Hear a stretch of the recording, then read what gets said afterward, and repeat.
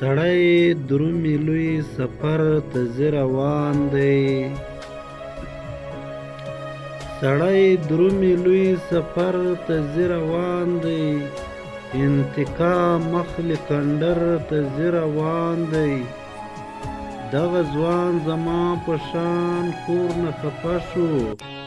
بختور دی پېښور ته ځي روان دی.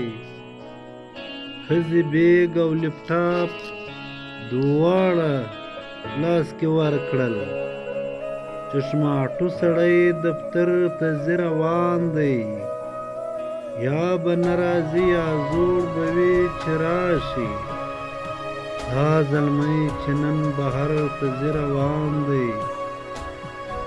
خدای دې وساته غریبه ستا نور څوک دی. زوی د ځوان شولو سنګر ته ځي روان دی.